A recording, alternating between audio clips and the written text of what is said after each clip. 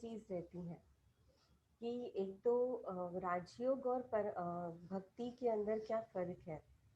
तो सबसे पहला तो राजयोग के अंदर ये फर्क है कि जैसे जैसे हम यहाँ पर मेडिटेशन में राजयोग में आत्म अभिमानी स्थिति, या हम ये कह सकते हैं कि सोल कॉन्शियस स्टेज है ना, जो हम बार बार पहले 2 दिन में हमने बहुत बार बार ये सुना कि हम एक आत्मा है, हम एक आत्मा है।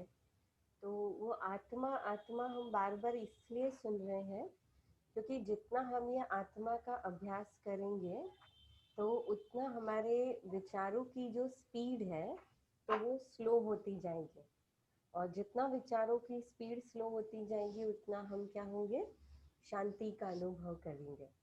क्योंकि अब तक हमने देखा कि हम चाहे स्थूल रूप से या किसी भी रूप से जो आनंद लेते हैं, जो फील करते हैं, तो वो हमारा मन फील करता है। और दूसरा कि जितना हम मेडिटेशन आत्मिक स्थिति में स्थित होते जाएंगे उतना क्या होगा, उतना ये होगा कि हमारे जो पॉजिटिव थॉट्स हैं तो वो बढ़ते जाएंगे, और बेस्ट थॉट्स और नेगेटिव थॉट्स से वो धीरे धीरे धीरे धीरे कम होते जाएंगे। और दूसरा कि हमारे स्पीड की थॉट्स जो है वो फास्ट क्यों है, क्योंकि हमारे अंदर बॉडी कॉन्शियस है कि मैं ये हूँ, मैं शरीर हूँ, मैं मेल हूँ, फीमेल हूँ। माइक म्यूट सा। हाँ, इसलिए एक मिनट। એટલે જે બોલ્યા ને એ હમણાં એટલે ચૂપ રહે.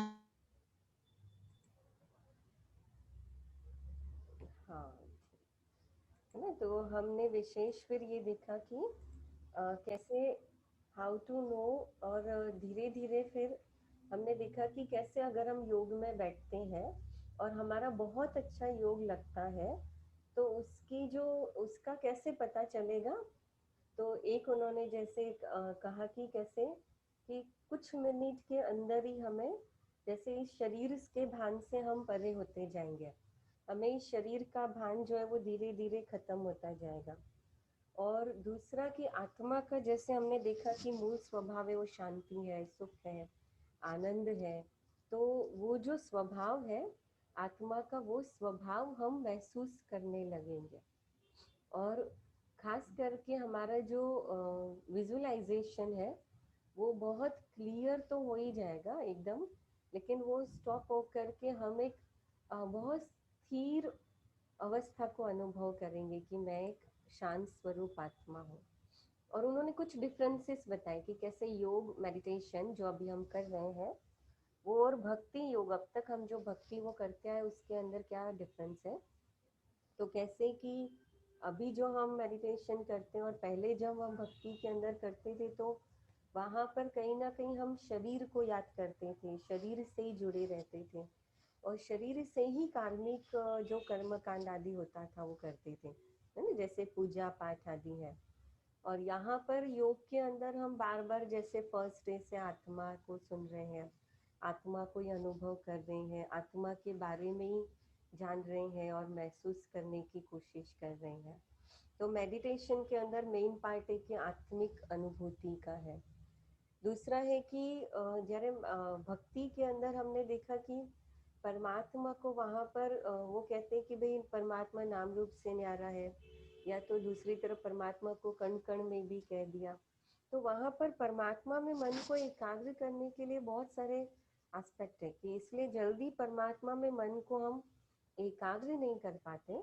जबकि यहाँ पर हम देखते हैं कि परमात्मा को हम एक पॉइंट ऑफ लाइट के रूप में मानते हैं, और इसलिए बहुत सहज रीति से हम परमात्मा को याद कर सकते हैं, अपने मन को एकाग्र कर सकते हैं। यहाँ पर हम मेडिटेशन के अंदर हम शरीर को भूलने का प्रयास करते हैं, हम शरीर को भूलते हैं। और वहाँ पर है कि भाई भक्ति के अंदर क्या होता है कि कहीं ना कहीं हम शरीर के कांटेक्ट में आते हैं, तो शरीर के साथ साथ फिर कहीं ना कहीं जो विकार है, नेगेटिविटी है, तो उनसे भी हमारी आत्मा के अंदर शक्ति तो भरती नहीं है, लेकिन कहीं ना कहीं वो विकार जो है या बॉडी कॉन्शियस है वो हमारा बढ़ता है। और इस योग से जो है वो हमारी हैबिट, जो आदतें हैं या हम ये कहें संस्कार परिवर्तन हमारे होते, क्योंकि ये मेडिटेशन है वो मन से जुड़ा हुआ है। और जैसे हमने आगे भी देखा था कि मन जो है वो कहीं ना कहीं मन ही हमारे विचारों से आगे धीरे धीरे हम होते होते मन बुद्धि और संस्कार बनते हैं। तो इसलिए संस्कार परिवर्तन होते हैं क्योंकि हमारे मन के विचार परिवर्तन होते हैं। तो वहां पर ये जो परिवर्तन है वो परिवर्तन की बात नहीं आती है। लेकिन फायदा ये होता है भक्ति के अंदर, अब तक जो हम भक्ति करते हैं उससे एक तो हमारी भावनाएं जो है वो दैवी भावनाएं हैं, जो देवी देवताओं के प्रति, तो वो एक तो भावना हमारी हमेशा बनी रहती है, बढ़ती है। तो एक वो है। और दूसरा है कि कहीं ना कहीं हम जितनी देर भक्ति करते हैं तो उतनी देर हम पाप करने से बच जाते हैं। और इसीलिए विशेष यहाँ पर हम देखते हैं कि एक चीज़ है कि पाप करने से बच तो जाते हैं, और लेकिन फर्क इतना है कि पाप कर्म विनाश नहीं होते हैं। और हमें सिर्फ मेडिटेशन जो है वो सिर्फ इसलिए नहीं सीखना है कि मेडिटेशन सिर्फ इसलिए नहीं सीखना है कि हम अपने अंदर या कोई पाप कर्म नहीं करें। मेडिटेशन हमें इसलिए सीखना है क्योंकि हमें अपने अंदर ये हो। श्रेया बहन, साउंड बहुत लो आ रहा है क्या?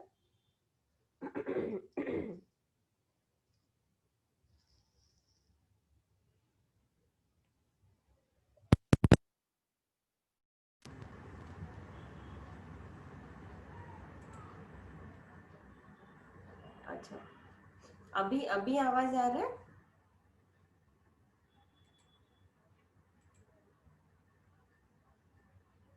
हाँ, अभी आवाज आ रहा है अभी? ओके ओके, ठीक है ना? तो फिर इसी से बोलते हैं। तो इसीलिए हमने जैसे देखा, अभी तक में देखा कि कैसे ये रिवीजन हमने देखा। चलो अभी हम एक छोटी सी एक्टिविटी करते हैं, और इस एक्टिविटी में हम ये करेंगे कि आप सब जो है वो कहीं ना कहीं ये ध्यान में रखें कि एक आप सब डायरी पेन लेकर के बैठे हैं ना? तो डायरी पेन के अंदर आप 3 सर्कल बनाए, है ना? और ये सोचिए कि जैसे 3 सर्कल जो है, तो वो 3 सर्कल के अंदर सबसे बीच में उससे बड़ा एक सर्कल और उससे बड़ा। अब ये 3 सर्कल में आप अपने जो क्लोजेस्ट व्यक्ति है, या जिसको, जैसे समझो आपके जीवन के अंदर कोई परिस्थिति आई, या अभी जैसे लॉकडाउन है, तो लॉकडाउन के साथ अ, भले बहुत सारे फायदे भी हमको हुए, लेकिन कहीं ना कहीं फायदों के साथ कहीं ना कोई सिचुएशन भी हमारे सामने आई। तो अब समझिए कि आपके घर में कोई परिस्थिति आई है, इकोनॉमिकल परिस्थिति है या किसी भी रीति से कोई सोशल परिस्थिति है, और उस परिस्थिति में अगर आपको किसी की मदद लेनी है, या आप लगते हो कि ये मेरे क्लोजेस्ट, मतलब मेरे जीवन के बहुत नजदीक के ये व्यक्ति हैं, और मुझे इनकी मदद हमेशा मिलेगी, कभी भी मैं कुछ भी करूँ तो मिलेगी। तो ऐसे 3 लोगों के नाम आप लिखिए, 3 लोगों के नाम आप लिखिए जो आप जो आपके सबसे क्लोजेस्ट है। आप स्क्रीन पर देख रहे हैं, 1 2 3। आपको लगता है कि भाई मुझे कुछ भी हो जाए तो ये जो व्यक्ति है, ये 3 लोग हैं, वो मेरे साथ हमेशा खड़े पाएंगे, है ना? हमेशा। फॉर एग्जाम्पल जैसे एक अगर मैं कहूँ माँ पिता है, हमेशा हमको लगता है भाई कुछ भी हो जाए तो माँ बाप जरूर हमारे साथ रहेंगे। लिखे? सबने लिखे? सबने लिख लिए? जी, कौन कौन से लिखे? कौन कौन से लिखे? 3 लोगों के। ब- एक बहन का नाम, भाई का नाम और एक बेटे का नाम। अच्छा, बहन का। बहन बहन, भाई बेटा, राइट। और बेटा। ओके, और किसने क्या क्या लिखा? और 3 नाम और किसी ने लिखे? यस, हाँ। सुवर्णा बहन husband, best friend. Okay, Mahesh भाई ने लिखे हैं हस्बैंड और भाई और बेस्ट फ्रेंड। ओके, अच्छा सॉरी, महेश भाई ने लिखा है मदर वाइफ और कजिन ब्रदर। ओके, और रीना मैंने लिखा है कि बाबा, हस्बैंड और मैं। Very good. तुलसा बेन, अच्छा, चलो मेरा अच्छा। बड़ा मेरा बड़ा जवाई हाँ सुवर्णा बेन, जी, बाबा। ओके। चलो बहुत अच्छा। है ना, एक चीज है कि जैसे जनरली हम तो बाबा को जानते हैं या कहीं ना कहीं थोड़ा मानते हैं, इसलिए हमको बाबा याद आए। लेकिन नॉर्मली देखा गया है कि जब ऐसे व्यक्तियों को पूछा जाता है या दुनिया में जब पूछा जाता है, तो उन लोगों को बाबा या भगवान कभी पहले याद नहीं आता है ना। जैसे, और ये बहुत नेचुरल है और राइट है। जैसे अभी यहाँ पर भी जो जिन्होंने लिखा कि हस्बैंड है, भाई है, कजिन ब्रदर है, वाइफ है, तो दैट इज ट्रू, क्योंकि हम हमेशा उनको याद करते हैं। लेकिन कितनी वंडरफुल बात है कि हमारे जीवन के अंदर जब कोई परिस्थिति आती है, जब कोई समस्या आती है, तो उस समय के अंदर हम भगवान को कभी पहले याद नहीं करते हैं, हम कभी उनको नजदीक अनुभव नहीं करते। और जबकि हम प्रार्थना करते हैं तो हमेशा हम ये कहते हैं कि त्वमेव माता च पिता त्वमेव त्वमेव बंधु च सखा त्वमेव। तो सबसे ज्यादा परिस्थितियों के अंदर हम भगवान को याद करते नहीं हैं, लेकिन हम व्यक्तियों के पास पहले जाते हैं, और फिर उसके बाद जब कोई परिस्थिति आती है तो हमें भगवान याद आते हैं।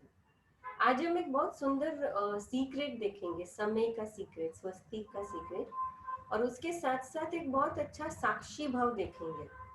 क्योंकि कहीं ना कहीं जो हमारे जीवन के अंदर जो सबसे ज्यादा थॉट्स चलते हैं, ये क्यों देखना है हमको, क्योंकि हमारे जीवन के अंदर जो सबसे ज्यादा थॉट्स चलते हैं, जैसे आपने भी अनुभव किया होगा कि जब कल भी राजीव भाई जब योग करा रहे थे, या अभी भी हमने पहले जब योग के अंदर ये जब अनुभूति की, तो जब भी हम मेडिटेशन के अंदर बैठते हैं या थोड़ा रिलैक्स होके बैठते हैं, तो कहीं ना कहीं हमारा जो मन है वो पास्ट की बातों में जल्दी जाता है, जो बातें जो घटनाएं हो चुकी हैं। और आपने ये अनुभव किया होगा कि उन घटनाओं में भी हमारा जो मन है वो घटनाएं सबसे ज्यादा याद करता है, कि जो घटनाएं कहीं ना कहीं हमारे मन को इफेक्ट की होती हैं, कहीं दर्द मिला होता है। आप अगर ध्यान देंगे ना, तो कोई भी दुख की घटनाएं होगी, बहुत पिंच हुआ हो, तो वो घटनाएं ज्यादा इधर याद आती है। आपको कभी ऐसे रिलैक्स बैठे होंगे तो खुशी की घटनाएं कभी जल्दी याद नहीं आएगी, लेकिन दुख की घटनाएं अगर आपके जीवन में पूछा जाए कौन कौन सी दुख की बातें हैं या कोई ऐसी चीजें हुई है, तो आपको वो चीजें पहले याद आएंगी। क्यों ऐसा होता है? क्योंकि हमारा मन जो है वो उन बातों को स्टोर करके रखता है। आज हम देखेंगे कि जीवन के अंदर एक हमारे पास हमारे साथ समय का चक्र भी चलता है, क्योंकि कहीं ना कहीं हमारी लाइफ के साथ साथ एक समय का चक्र भी घूम रहा है। और इसलिए अगर किसी को पूछा जाए ना जीवन काल मतलब क्या, तो कहते हैं जन्म से मृत्यु तक का सफर। लेकिन जन्म से मृत्यु तक के सफर में हमारे अंदर, हमारे साथ एक चीज आती है कि मृत्यु तक के जीवन के अंदर हमारे साथ ये भी आता है कि हम जो विशेष जो समय का चक्र है, माना पूरी दुनिया का साइकिल है, वो भी हमारे साथ घूमता है। जैसे यहाँ पर दिखा है स्वस्तिक के 4 पंख, हम स्वस्तिक को बहुत शुभ मानते हैं, श्री गणेशाय नमः कहते हैं। हम जब भी कोई नई शुरुआत करते हैं तो हम विशेष स्वस्तिक के साथ करते हैं और स्वस्तिक को ध्यान में रख करके करते हैं। आज अगर हमको ये पूछा जाए ना स्वस्तिक को शुभ क्यों मानते हैं या इसका इतना इम्पोर्टेंट क्यों है, तो आज हम वो नहीं जानते हैं ना। हमने जो आगे पहले सेकेंड डे थर्ड डे हमने जो बिल्ली वाली स्टोरी सुनी थी, कि कैसे बिल्ली वाली स्टोरी हो जाती है, कि भाई जिन्होंने शुरू किया उन्होंने तो एग्जैक्ट भाव से किया, लेकिन हम कहीं ना कहीं उसको जस्ट फॉलो करते हैं। आज हम ये सीक्रेट देखेंगे कि स्वस्तिक का शुभ मानना और उसका हमारी लाइफ से क्या कनेक्शन है। दूसरा कि हम ये देखेंगे कि अभी दुनिया के अंदर कौन सा समय चल रहा है ना। अगर आपको मैं पूछूं, अभी ये पूछूं कि दुनिया आपको अभी समय कौन सा चल रहा है, तो आप क्या कहेंगे? क्या कहेंगे? या अभी किसी को भी पूछा जाए दुनिया में कौन सा समय चल रहा है, तो क्या कहेंगे? यस, है ना, कलयुग कहेंगे। क्योंकि दुनिया में कई लोग तो कहते हैं भाई, जैसे शास्त्रों में भी, और खास करके तो अभी ये कहेंगे घोर कलयुग। अभी आजकल जो बीमारी चल रही है या दुनिया में, तो हम कहते हैं भाई घोर कलयुग चल रहा है। अच्छा, दूसरा अगर मैं क्वेश्चन पूछूं कि कलयुग और दूसरा समय क्यों हमने नहीं कहा, दूसरा युग क्यों नहीं कहा, है ना, क्योंकि हम कहीं ना कहीं ये अनुभव करते हैं कि ये जो समय चल रहा है, इतना क्रिटिकल चल रहा है दुनिया में, जो इतने संबंध बिगड़े हैं, इतना जो दुनिया की हालत खराब है, प्रकृति के इतने प्रकोप है, ज्वालामुखी है या बारिश है, तो ये कहीं ना कहीं जो है एक हालात है वो अच्छे मतलब नई दुनिया के तो नहीं है, कलयुग ही कहेंगे। अगर हम इसको कलयुग कहते हैं, तो कलयुग का हम इसको स्टार्टिंग कहें कि एंड कहें, है ना, ये भी प्रश्न उठता है। सेकेंड, उसके साथ कि अभी जो करंट सिचुएशन दुनिया की चल रही है, आज हम देखते हैं कि वो कैसी सिचुएशन है कि हर एक व्यक्ति के अंदर शांति तो है ही नहीं, लेकिन व्यक्ति के अंदर खुशी भी नहीं है। और इसीलिए हमको कहीं ना कहीं कभी ना कभी ये सोच चलती है कि आखिर ये दुनिया कहाँ तक जाएगी। अभी जो करंट सिचुएशन चल रही है कि दुनिया में इतनी मारामारी हो रही है, इतने वॉर की तैयारी हो रही है, दुनिया में इतने लड़ाई झगड़े हो रहे हैं, यहाँ तक कि दुनिया के अंदर इतनी जो बीमारियां फैल रही है, तो हम जरूर सोचने पर एक बार मजबूर हो जाते हैं कि आखिर ये कब तक चलने वाला है, या आखिर इसके बाद क्या होगा। अगर अभी ये दुनिया का हाल है, तो आने वाला समय कितना भयानक हो सकता है, कि ये सिचुएशन धीरे धीरे और बढ़ती जा रही है। तो आज हम देखेंगे कि कैसे वास्तव में ये जो दुनिया है, तो इन सवालों के सवाल के जवाब अगर हम ढूंढने जाए, तो ये सवालों के सारे जो जवाब है वो इस स्वस्तिक के अंदर दिए हुए हैं। जैसे इस स्वस्तिक का पंख अगर आप देखोगे, जो स्वस्तिक के जो एक एक पंख है, फर्स्ट, सेकंड, थर्ड, फोर्थ, तो वो एक समय का सूचक बताते हैं, और इनके साथ कहीं ना कहीं हमारी आत्माओं की हिस्ट्री जुड़ी हुई है। और इसीलिए स्वस्तिक का जो पहला पंख है, जो सतयुग कहलाता है, स्वर्ग कहलाता है, वैकुंठ कहलाता है। और विशेष अगर हम देखें कि ये सतयुग की बात अगर हम करते हैं, तो सतयुग के अंदर सतयुग की विशेषता ये है कि यहाँ पर हम जब सतयुग के बारे में जानते हैं कि सतयुग की स्थिति के बारे में अगर याद करें, तो ये सतयुग शुरुआत है, सबसे पहली शुरुआत है। अच्छा, ये जो शुरुआत है, तो आपने देखा होगा कि इस चक्र को, इस पूरे समय के चक्र को हम अलग अलग रीति से कंपेयर कर सकते हैं। इस चक्र को हम दिन और रात के चक्र से कंपेयर कर सकते हैं, मनुष्य जीवन के चक्र से कंपेयर कर सकते हैं, मौसम के चक्र से कंपेयर कर सकते हैं। तो हर चक्र के अंदर आप देखेंगे कि हर चक्र की शुरुआत जो है वो बहुत परफेक्ट होती है, बहुत सुंदर होती है ना। आपने देखा होगा पूरे दिन के अंदर 24 घंटे में सबसे अच्छा समय सुबह का समय होता है। मनुष्य जीवन के चक्र के अंदर भी हमारा सबसे अच्छा समय हमने अनुभव किया कौन सा होता है ना, बिल्कुल न्यू बॉर्न बेबी वाला समय, कि वो छोटे बच्चे को आप देखो ना, बड़ा प्यारा लगता है वो। हम खुद भी कई बार महसूस करते हैं काश हम छोटे बच्चे ही रहे होते हैं, है ना, कभी बड़े ही नहीं हुए होते। तो बच्चे का समय वो कितना प्यारा लगता है, क्योंकि हर चक्र की जो शुरुआत है वो बहुत सुंदर होती है। इसी रूप में ये स्वस्तिक के अंदर जो सबसे पहला चरण है, जो सतयुग का चरण है, वो बहुत सुंदर है, इसलिए इसको सतयुग कहा जाता है।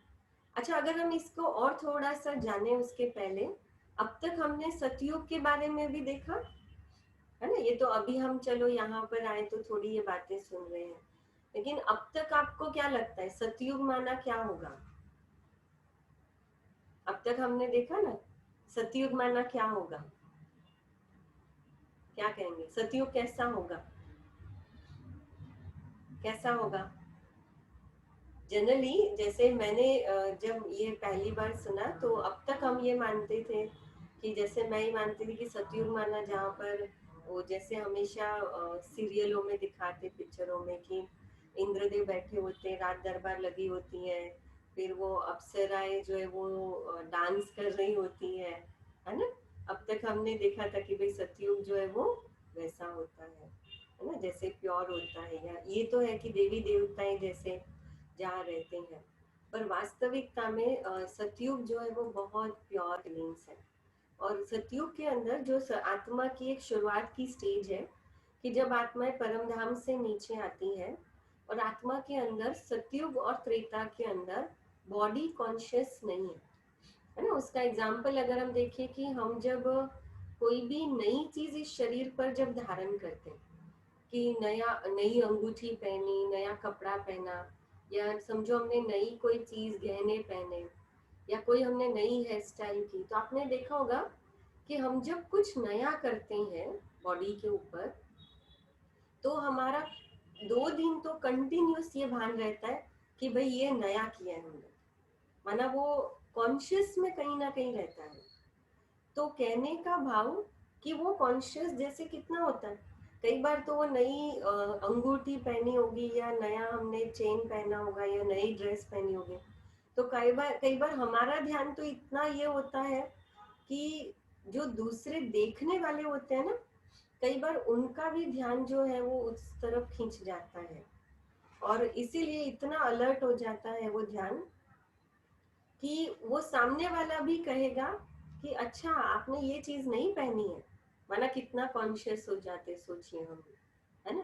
तो अभी ऐसे यहाँ पर, लेकिन क्या होता है 4-5 दिन के बाद फिर देखेंगे, एक हफ्ते बाद धीरे धीरे वो कॉन्शियसनेस खत्म हो जाती है, और कई बार वो चेन गले में से निकल भी गई होती है, गिर जाएगी, हमको पता भी नहीं चलेगा, क्योंकि वो हमारे बॉडी के अंदर इतना यूज टू हो गई कि हमारे शरीर का एक पार्ट बन जाती है, वो फीलिंग कॉन्शियसनेस खत्म हो जाती है। ऐसी आत्माएं सतयुग के अंदर जब आती है, तो आत्माओं की जो स्टेज है वो बहुत प्योर है। सतयुग त्रेता तक आत्मा सोल कॉन्शियस स्टेज रहती है, और सोल कॉन्शियस होने के लिए वहां पर देखते हैं कि इसलिए आत्मा की बैटरी वो जल्दी डाउन नहीं होती है, और जो थोड़ी डाउन होती है, जैसे यहाँ त्रेता में स्वस्तिक का पंख दिखाया, वो डाउन भी इसलिए होती है क्योंकि त्रेता से, सतयुग से त्रेता युग तक आत्माएं जन्म लेते लेते नीचे आती है ना? आत्मा एक शरीर छोड़ करके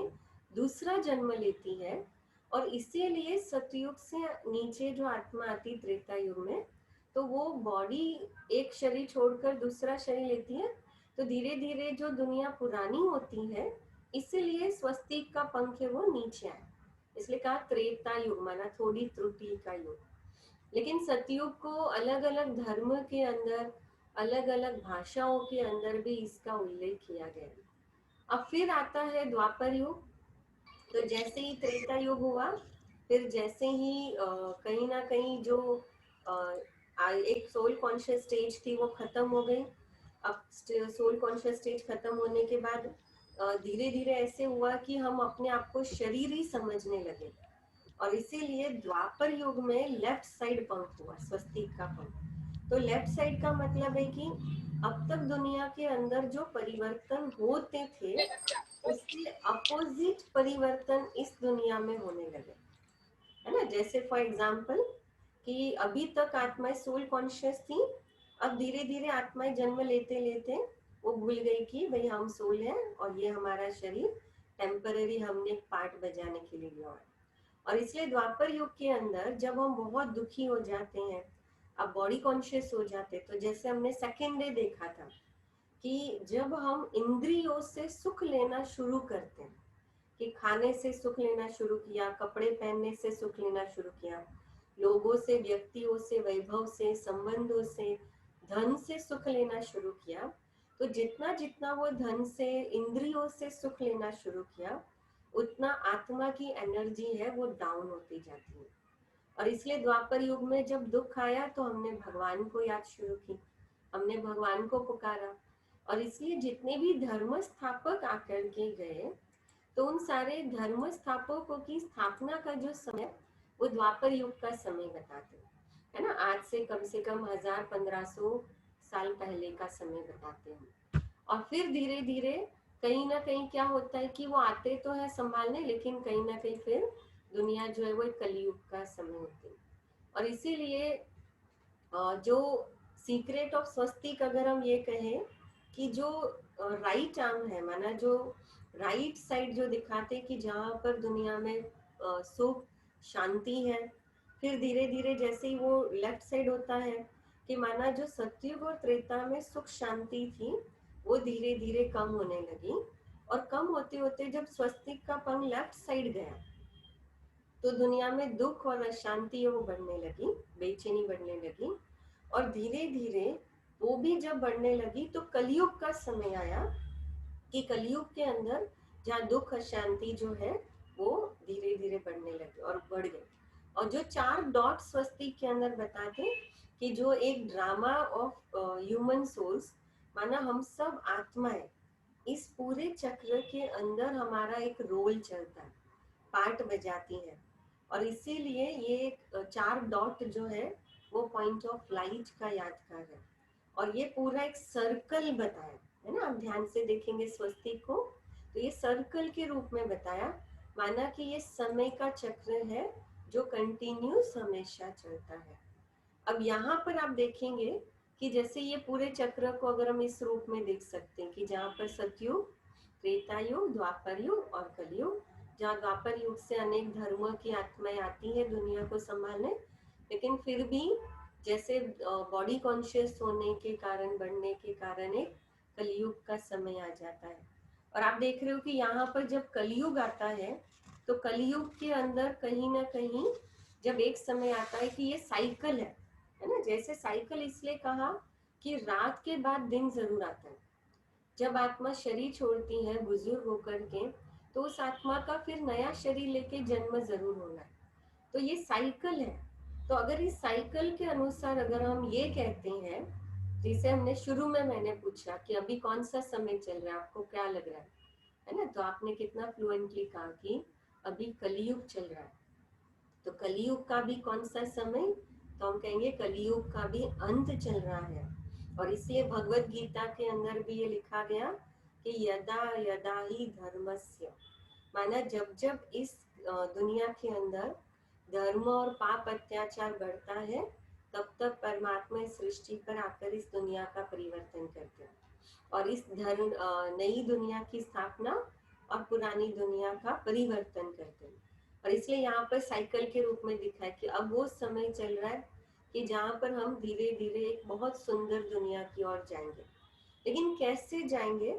और इसलिए इस पूरे साइकिल का जो पीरियड बताया वो बताया 5000 वर्ष, है ना। जैसे 5000 वर्ष का मतलब है कि 5000 वर्ष, जैसे हर चक्र को हम अनादि और अविनाशी जानते हैं, है ना। जैसे यहाँ पर कहा कि भाई दुनिया में 3 चीजें जो है वो अविनाशी है, आत्मा, परमात्मा और प्रकृति, जिसको न कोई बना सकता है और जो न कभी खत्म होती है। तो आत्मा, परमात्मा और प्रकृति, ये 3 चीजें अविनाशी है। और उसी अविनाशी का मतलब है कि जो न कभी स्थापित होती है, न कभी बनती है और न कभी उसका विनाश होता है। लेकिन इसमें आत्मा और प्रकृति परिवर्तनशील है और जो परमात्मा है वो परमात्मा अपरिवर्तनशील है, अर्थात कि परमात्मा इस दुनिया में अविनाशी रूप में है। तो परमात्मा जो है वो अपरिवर्तनशील है। अच्छा, लेकिन परमात्मा इस पूरी दुनिया के चक्र के अंदर परमात्मा क्रिएटर है ना। ये कहते हैं भाई सारी दुनिया को चलाने वाली कोई शक्ति है, साइंस भी ये चीज जरूर मानता है। तो उसका प्रूफ क्या है ना, कि भाई परमात्मा जो क्रिएटर है, उसका प्रूफ है कि अभी तक दुनिया के अंदर जितने भी धार्मिक आत्माएं आई, जितने भी धर्म के आत्माएं आई, तो उन सब धर्म की आत्माओं ने कहीं ना कहीं भगवान को, परमात्मा को एज अ पेरेंट्स के रूप में हमेशा उन्होंने कहा ना। जैसे बौद्ध धर्म के अंदर भी हम देखते हैं कि भाई उसमें उनका जो है बुद्ध, तो कहते हैं कि भाई उन्होंने भी एक पेड़ के नीचे बैठ करके उन्होंने ज्ञान प्राप्त किया, और उनके जो फॉलोअर्स है तो वो उनके पेरेंट्स को, भगवान को एक पिता के रूप में मानते हैं। जैसे क्राइस्ट में भी जैसे कहा कि भाई उन्होंने भी कहा कि I am the messenger of God, I am the son of God, तो उन्होंने भी कहा सन ऑफ गॉड, कि भाई हम परमात्मा के बच्चे हैं। यहाँ तक कि हिंदू धर्म के अंदर भी ब्राह्मणों को जो बहुत मानते हैं तो कहते भाई ये ब्रह्मा के बच्चे ब्राह्मण हैं। तो कहीं ना कहीं ये जो समय चल रहा है अभी, अगर हम देखें कि ये कलयुग रूपी रात चल रही है, तो इस कलयुग रूपी रात के बाद अब दिन शुरू होने वाला है। अगर इसको और थोड़ा क्लैरिफाई करें कि ये जो पूरा स्वस्तिक हमने देखा, इस पूरे स्वस्तिक को हम इस वर्ल्ड ड्रामा साइकिल ड्रामा के साथ हम कंपेयर करते हैं, मूवी के साथ, है ना। आप सब मूवी देखते हैं, अगर हम इसको मूवी के साथ कंपेयर करें तो कोई भी मूवी आप जब देखते हैं ना, तो उस मूवी के अंदर आप देखेंगे कि हर एक मूवी का एक सिमिलर कॉन्सेप्ट होता है, कि जो उसकी शुरुआत है वो शुरुआत उसकी बहुत सुंदर दिखाएंगे, फिर उसके अंदर एक हीरो होता है, फिर एक हीरोइन होती है, हीरो एक्टर होता है, हीरो हीरोइन होते हैं, और वो पूरी स्टोरी उनके आसपास घूमती है। फिर आधा समय हो जाता है, उसके बाद विलन की एंट्री होती है। फिर विलन की एंट्री होने के बाद फिर क्या होता है कि उसमें कोई मेन कैरेक्टर आता है कि जो धीरे धीरे सारी बातों को ठीक करता है, और देखते हैं कि कैसे वो जो ड्रामा होता है उसका ड्यूरेशन है वो 3 घंटा होता है। और वैसे ही अगर हम इस पूरे ड्रामा को अगर हम मूवी के साथ कंपेयर करें, तो ये जैसे यहाँ आप बहुत सुंदर जैसे ये चार्ट देख रहे हो कि जैसे वो मूवी का, जैसे ये ड्रामा का पूरा जो टाइम है वो 5,000 वर्ष है, तो जैसे वहां मूवी का जो टाइम होता है वो 2.5 से 3 घंटे तक का ड्यूरेशन होता है। जैसे वहाँ एक्टर होते हैं, इंसान जो है वो एक्टिंग करते हैं, एक्टर होते हैं, हीरो हीरोइन करते, पार्ट बजाते, तो यहाँ पर इस ड्रामा के अंदर हम सब आत्माएं जो है वो एक एक्टर है। अच्छा, वहाँ हीरो हीरोइन होते हैं, यहाँ पर है ना सतयुग त्रेता के अंदर, फिर त्रेता युग के अंदर जैसे लक्ष्मी नारायण का पार्ट है, श्री राम और सीता का पार्ट है, तो ये हमारे मेन हीरो हीरोइन है। अच्छा, जैसे वहां पर विलन होता है ना, वहां पर विलन जो शुरुआत से नहीं आता है, जो आधी मूवी के बाद, शुरुआत में जब थोड़ी स्टोरी स्टार्ट हो जाती है फिर उसके बाद विलन आता है, जो विलन गड़बड़ करना शुरू करता है या थोड़ा दुख देना शुरू करता है ना। तो ऐसे यहाँ पर विलन जो है वो कौन है, तो वो ऑफकोर्स रावण है, माया है, कि जो द्वापर युग से बॉडी कॉन्शियस के साथ आते हैं, कि माना काम, क्रोध, लोभ, मोह, अहंकार, ये विलन है ना। जैसे वहां पर वो मूवी जो है वो कैसे, वो जैसे थिएटर में जो देखते हैं हम लोग, तो यहाँ पर ये मूवी जो है वो, जैसे हम यहाँ पर ये भारत के ऊपर ये सारी एक मूवी जो है वो बनी हुई है, और जहाँ पर हम सब एक भारत से कनेक्टेड है, भारतीय तो है ही, लेकिन सारे धर्म की आत्माएं जो है वो जैसे कि भारत से रिलेटेड है, भारत के शास्त्र और आदि से।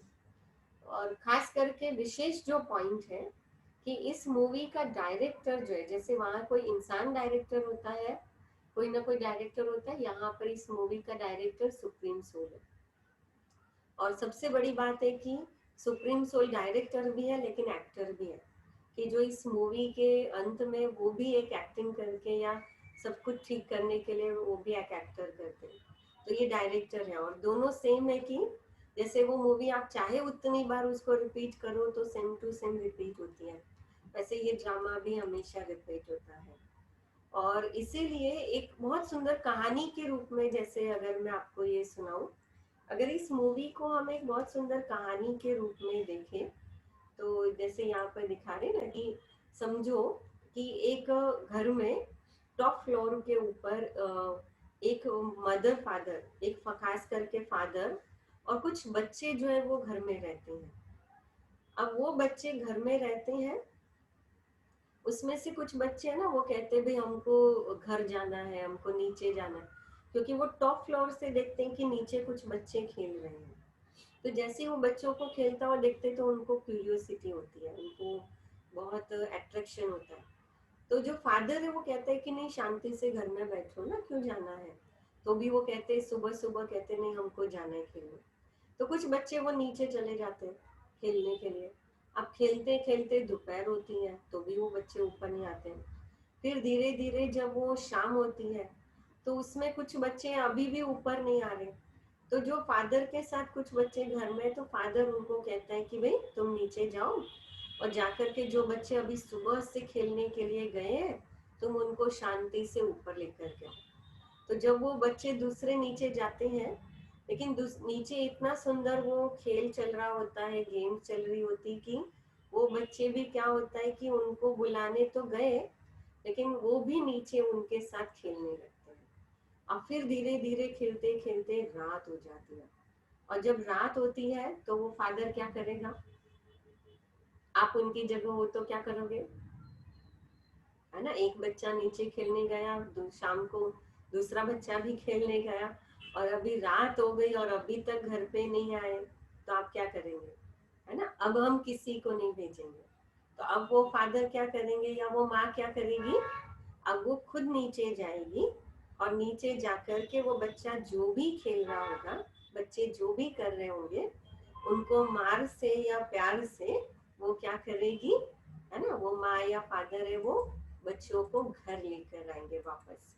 और फिर घर लाकर क्या करेंगे, अब सुबह से गए थे रात को लेकर आए तो पहले उनको स्नान आदि कराएंगे और स्नान आदि करा के फिर उनको खिलाएंगे और खिला के फिर उसको सुला देंगे। अच्छा, अब वो जब बच्चे बहुत प्यार से सो जाएंगे और वो बच्चे जब बहुत थक गए और उसमें थोड़ा चोट वोट भी लग गई, थोड़ा कंप्लेन भी कर रहे, देखो उसने ऐसा किया था, उसने ऐसा किया। तो जब माँ और फादर, माँ जब कहती है, फादर कहते हैं ना भाई अब देखो कल तो बिल्कुल नहीं जाना, तो वो बच्चा भी कहता है हाँ मैं कल अभी जाऊंगा नहीं, उसके साथ कभी नहीं खेलूंगा। और फिर क्या होता है, फिर दूसरे दिन बच्चे उठेंगे और फिर वो जब जैसे देखेंगे नीचे बच्चे खेल रहे तो वो कहेगा फिर मुझे नीचे जाना है ना। तो सेम स्टोरी वो नेक्स्ट डे फिर रिपीट होगी। तो अगर इस स्टोरी को, अगर हम इस स्टोरी को अगर देखेंगे तो इस स्टोरी में जो डैड है, मतलब माता पिता है, वो भगवान है। कि जो भगवान के साथ हम परम धाम में बहुत प्यार से रहते थे। स्वीट चिल्ड्रन है माना रिलीजियस, माना फादर। तो स्वीट चिल्ड्रन जो है तो वो हमारे रिलीजियस, जो उस भगवान के साथ घर पे ही थे, लेकिन भगवान ने जिनको शाम को भेजा कि भाई थोड़ा जाओ, वो बच्चे चिल्ला रहे हैं, क्यों ये कर रहे हैं, तो वो रिलीजियस फादर, धर्म पिता है। कि जैसे जीसस क्राइस्ट आए, गौतम बुद्ध आए, उन्होंने आकर के मानव कल्याण को एक नई राह दिखाई। उन्होंने धर्म के साथ साथ उन्होंने लोगों को संभालने के लिए, अपने आप को संभालने के लिए उन्होंने क्या किया कि उन्होंने अलग अलग प्रकार के गुणों की स्थापना की। जैसे जीसस क्राइस्ट ने प्यार और सत्य की बात कही, गौतम बुद्ध ने अहिंसा और दया की बात कही। अच्छा, वो आफ्टरनून जो था वो द्वापर युग था, कि जब द्वापर युग में परमात्मा ने वो धर्मात्माओं को नीचे भेजा। और जब वो रात थी वो कलयुग थी, कि जब सुबह से गए हुए बच्चे, क्योंकि इस पूरी ड्रामा का एक लॉ है, और वो एक लॉ ये है कि इस बार इसके अंदर जो एक बार आ जाता है वो वापस कभी वापस दूसरी बार नहीं जाता है, जब तक ये ड्रामा पूरा कंप्लीट नहीं होता। तो इसीलिए रात को जब कलयुग के अंदर जब परमात्मा हम बच्चों को लेने के लिए आते हैं, तो परमात्मा जब लेने आते तो क्या करता है परमात्मा, हमको पहले समय के बारे में बताता है, हमारे माइंड को, हमारी बुद्धि को क्लीन करता है, ये ज्ञान हमको देता है। और ज्ञान दे करके भगवान हमारी आत्मा को वापस ले जाने आए। अर्थात कि सबसे पहले तो वो जो मैल है, जैसे स्नान करते हैं ना तो क्या होता है कि शरीर से जो मैल आदि होती है उसको धो देते हैं, मैल को खत्म कर देते हैं, तो हमको अच्छा लगता है। कई बार आपने देखा होगा बहुत थक जाते हैं तो थोड़ी देर के लिए भी अगर हम स्नान भी कर लेते हैं ना, फ्रेश हो जाते हैं। तो अर्थात परमात्मा इसका रोज हमें ज्ञान स्नान कराता है, और मेडिटेशन हमारा रेस्ट टाइम है, क्योंकि परमात्मा हम आत्माओं को हमारे पाप कर्मों को विनाश करके हमें इस दुनिया से वापस ले जाना है। और इसे भगवत गीता के अंदर भी कहा, यदा यदा हि धर्मस्य ग्लानिर्भवति भारत अद्भुत ध्यानम अधर्मस्य तदास्मानम सृजाम्यहम्। अर्थात कि परमात्मा इस सृष्टि पर आता है अधर्म का विनाश और धर्म की स्थापना करने। अच्छा, तो ये पूरे साइकिल का मेडिटेशन से क्या रिलेशन है ना? ये पूरे साइकिल को क्यों हमने देखा? तो अब हम मेन लास्ट पार्ट पे आते हैं, जो बहुत सीक्रेट है और बहुत अच्छा है, बहुत पावरफुल है, बहुत सुंदर है। कि ये क्यों हमने देखा? क्योंकि हमारे मन के अंदर जो अलग अलग स्टोरी आती है, हमेशा अलग अलग जो बातें आती हैं कि मेरे जीवन में ऐसा क्यों हुआ, मेरे साथ ही ऐसा क्यों हुआ, उसका जो कारण है, वो कारण हम जब तक समझेंगे नहीं, तब तक हम अपने मन को शांत नहीं कर सकते हैं। आज आप देखो, छोटा बच्चा होता है ना, उसको जब तक आप, वो जब बहुत क्यूरियोसिटी वाला होता है, आप उसको जब तक सेटिस्फेक्शन आंसर नहीं दोगे ना, वो क्वेश्चन पूछता रहेगा। सेम में हमारा मन वो एक छोटे बच्चे की तरह हो गया। और अभी वो हम प्रैक्टिकल अनुभव करेंगे। आज हम योग नहीं करेंगे, आज हम एक एक्टिविटी करेंगे, और वो एक्टिविटी में हम जानेंगे कि हमारे मन की स्थिति क्या हुई है और हमारे मन को अभी कितना चेंज की जरूरत है। तो ये पूरा साइकिल हमने इसलिए समझा, इसलिए देखा, क्योंकि हमको ये अभी देखना है कि हमारे मन की स्थिति क्या है।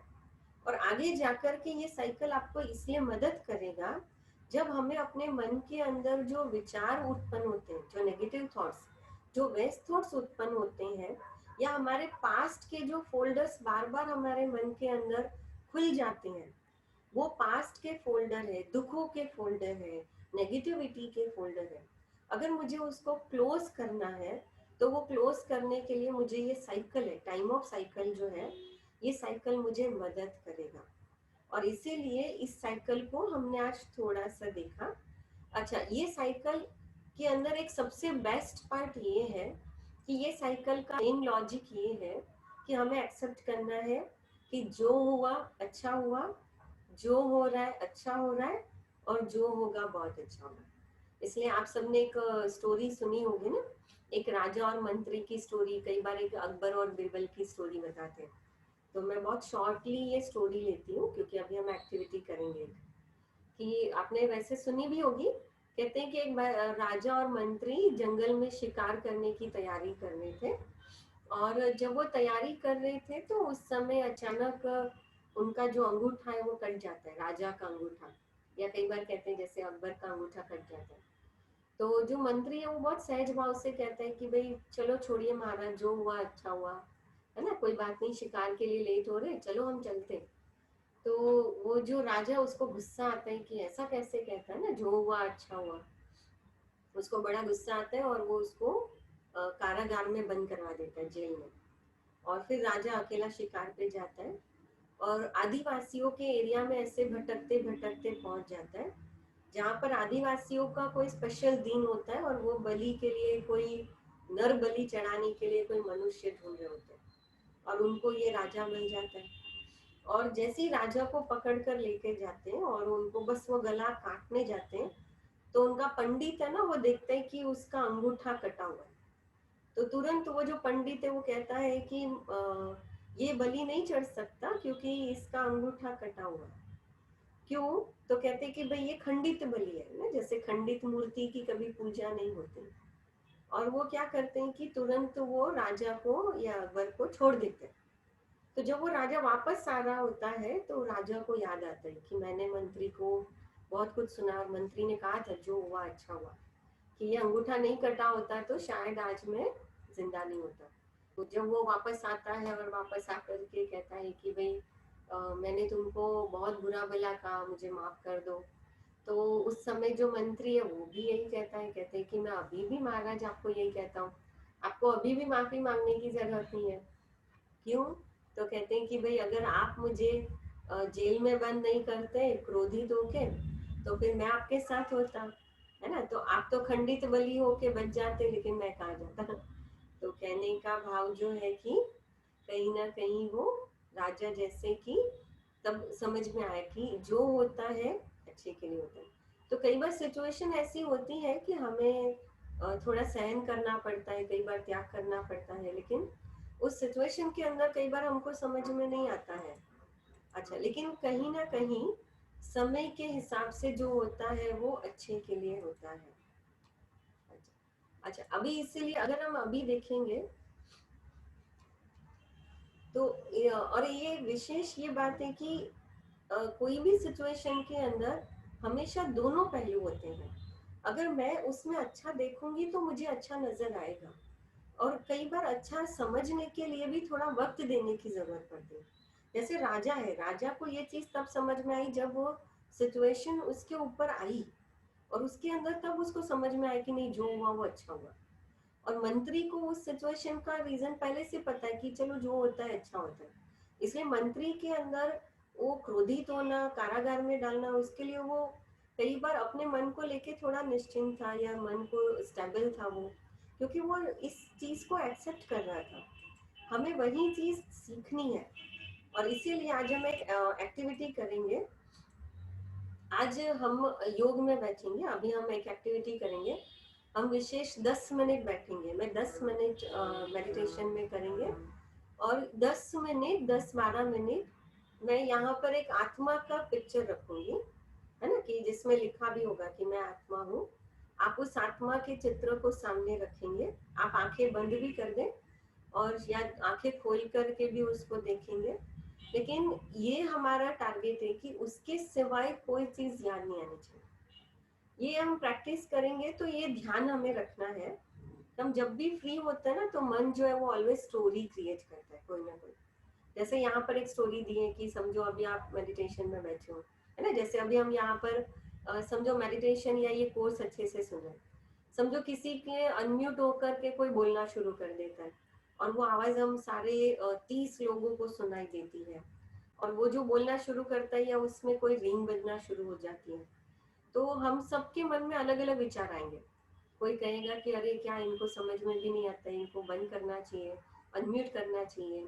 कई बार ऐसा होगा, कहीं हम सोचेंगे या उनकी रिंग बजी, मोबाइल की रिंग किसी की सुनाई दी, या समझो मेरी यहाँ पे मोबाइल की रिंग आपको सुनाई दे, तो मोबाइल की रिंग सुनते ही आपको कोई मैंने अपने मोबाइल का बिल याद आ जाएगा, या घर में कोई मोबाइल से रिलेटेड कोई काम है, या फिर फोन से रिलेटेड कोई काम है तो याद आ जाएगा।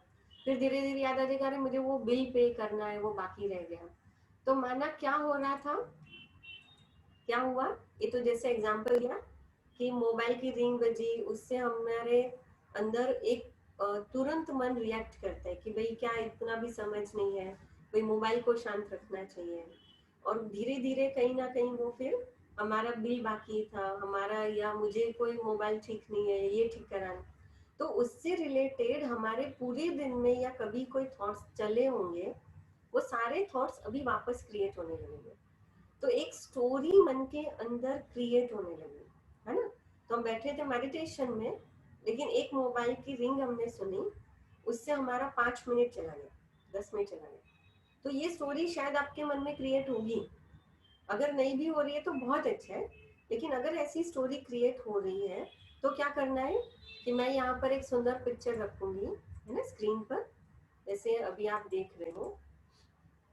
हाँ, ये जैसे यहाँ स्क्रीन पर ये पिक्चर आएगा, और वो पिक्चर में आपको कंटिन्यूस देखना है बस, है ना। 12 मिनट का मैं टाइमर लगाती हूँ, आपको टाइम देखने की जरूरत नहीं है, मैं टाइमर लगाती हूँ, आपको सिर्फ वो देखना है। अच्छा, लेकिन क्या होगा, देखो मन स्टोरी क्रिएट करेगा, क्योंकि मन का वो स्वभाव है। तो आपको क्या करना है कि मन स्टोरी क्रिएट करेगा, लेकिन आपको वो मन स्टोरी के पीछे नहीं जाना है, आपको स्टोरी क्रिएट होने नहीं देनी है। तो अगर आपको कुछ याद आ गया, कुछ व्यक्ति या कुछ भी चीज याद आई, आप साक्षी होकर देखो, ऑब्जर्वर होकर देखो, डिटैच होके, और फिर अपने आप को अलर्ट करो, नहीं नहीं मुझे ये करना है, मैं आत्मा हूँ, मैं शाइनिंग स्टार हूँ। तो फोकस आपका पिक्चर पे फोकस होना चाहिए, है ना। और इसका हमने क्यों देखा, हम इसका रीजन जो है तो अभी हम वो देखेंगे, है ना। तो जो भी स्टोरी आएगी क्रिएट होगी, माइंड स्टोरी क्रिएट करेगा ही, लेकिन हमको उसके पीछे नहीं जाना है, लेकिन हमको फिर से माइंड को वापस लेके आना है, और हमें फिर से पिक्चर के ऊपर लाना है। ठीक है, ये क्लियर है सबको, है ना। तो अभी 10 मिनट के लिए मैं टाइमर लगाती हूँ, आप जो भी कार्य कर रहे हो, बहुत इंटरेस्टिंग है ये, क्योंकि अभी हमारा आने वाला जो नेक्स्ट चलने वाला है, जो कंटिन्यूस जो भी चैप्टर हमारे चलेंगे वो इसी के ऊपर कंटिन्यू चलेंगे, मेडिटेशन से रिलेटेड है ये। तो इसीलिए अभी आपका खुद का ही अनुभव करना बहुत जरूरी है ना। तो ओके, मैं टाइमर लगाती हूँ, है ना, अभी हमारे पास टाइम होगा। ओके, चलिए। और मैं स्क्रीन पर ये पिक्चर रख रही हूँ, मैं आत्मा हूँ। स्क्रीन पर आपको पिक्चर दिखाई दे रहा है। मैं 10 मिनट का टाइमर लगा रही हूँ, आप अलर्ट हो जाए और बिल्कुल साइलेंस में मैं ओम शांति कहूंगी, तभी आप, है ना, नॉर्मल होंगे। लेकिन तब तक एक ही संकल्प, मन को एक ही संकल्प में टिकाना है, मैं आत्मा हूँ। और ये जो बीच में पॉइंट देख रहे हैं उस पॉइंट पे बस।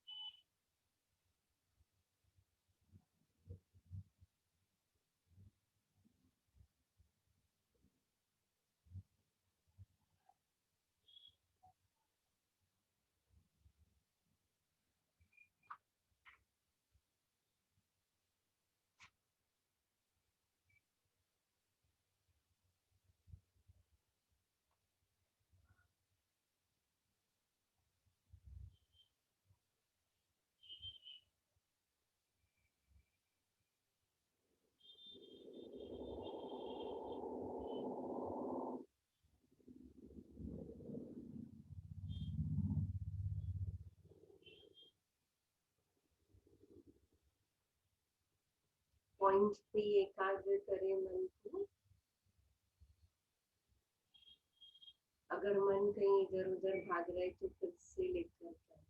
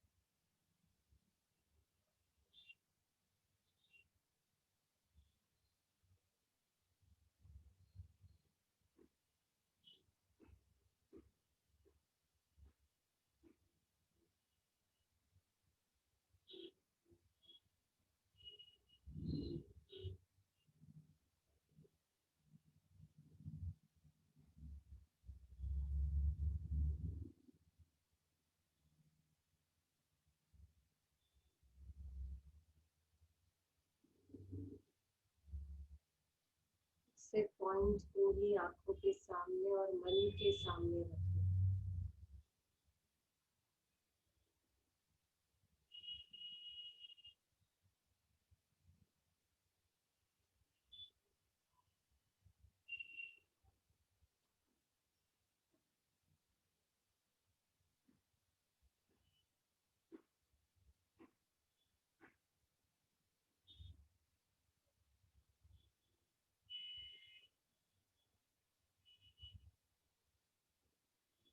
और साक्षी होके बस मन को ऑब्जर्व करें।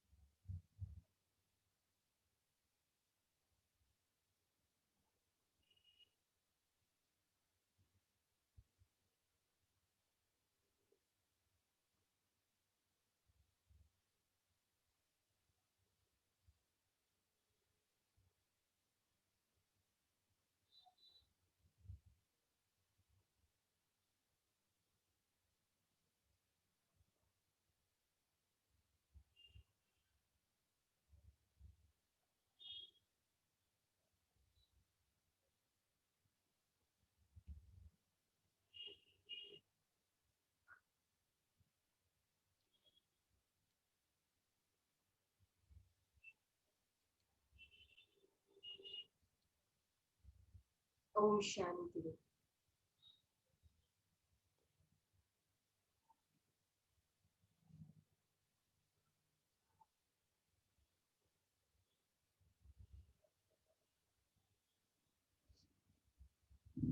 सबने अनुभव किया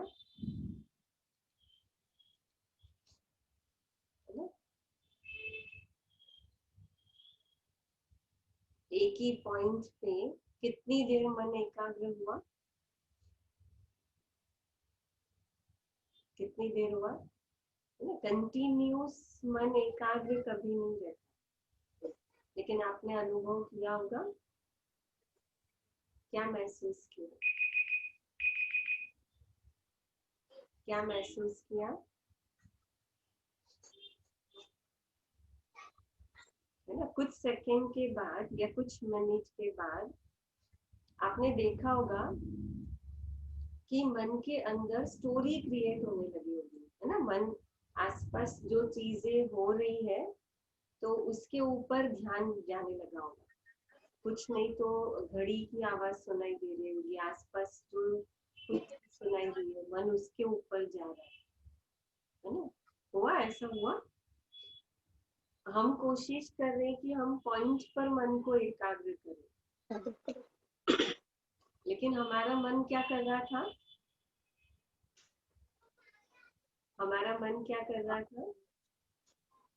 हाँ, कुछ जो आवाजें सुनाई दे रही उसके पीछे भाग रहा है, या कुछ और जो दूसरे काम हमने सोचे वो याद आ रहा है।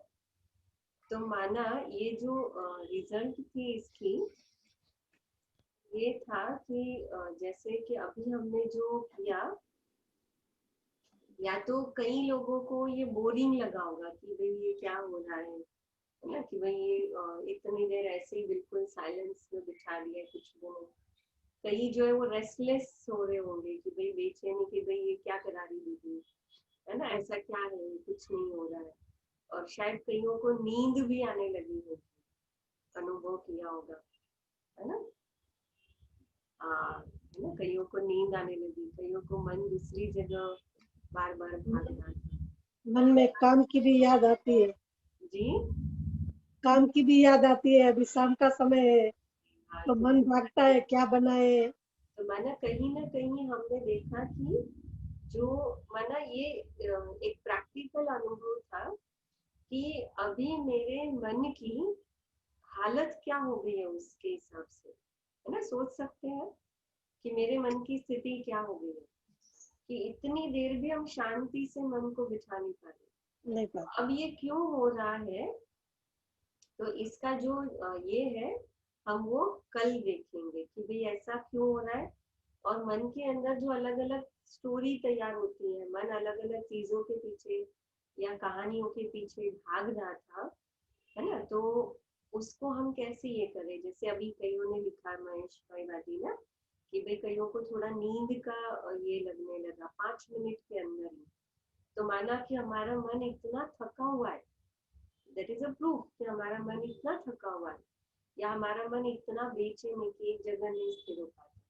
तो अब ये क्यों है और इसको हम कैसे सॉल्व करें, तो ये हम कल देखेंगे। तो इसका जो आज का होमवर्क है, अभी हमने जो ये 10-15 मिनट 12-13 मिनट जो ये प्रैक्टिस की, आपको ये प्रैक्टिस कल पूरे दिन में बार बार करिए, है ना। मैक्सिमम आप कम से कम 1-2 बार तो करो, ट्राई करो बैठ करके। और ये करना है कि ऑब्जर्व करो कि मेरा मन किसके पीछे भाग रहा है, लेकिन मुझे उसके पीछे नहीं जाना, मतलब स्टोरी क्रिएट नहीं होने देनी। मुझे सामने कोई फोकस रखना है, पॉइंट फोकस रखना है। और जैसे ही मन कहीं भाग रहा हो, आप वापस उसको फोकस पे लेके, है ना। इसका सॉल्यूशन क्यों हो रहा है, कैसे करेंगे वो हम देखेंगे। ओके, ओम शांति।